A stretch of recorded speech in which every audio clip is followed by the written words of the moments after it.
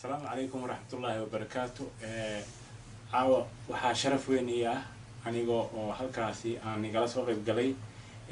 waxa caawa aad iyo aad farxad ii gelisay sida sharafta leh iyo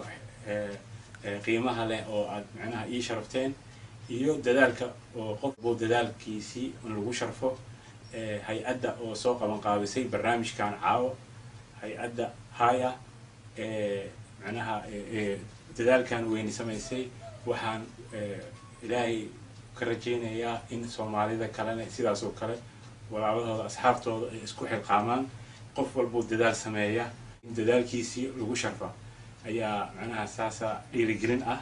anigana caawa arintaasi waxay ii dhiirigelisay si aad weyn aan qiyaas lahayn marka caawa waxaan mahad weyn iska leh dadka soo qaban qaawiyay iyo isku xilqaamay Soomaalida oo dadaalka sameysay marka waxaan leeyahay in qof waliba dadaal sameeya in sidaas loo xuso dadaalkiisii lagu sharfa marka caawa ani iyo asxaabteedii oo garbahayga taagan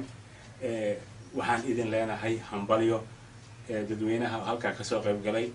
oo sharafta leenah wa salaamaya marka ani iyo asxaabteedii waxaan leenahay assalaamu calaykum wa salaamantii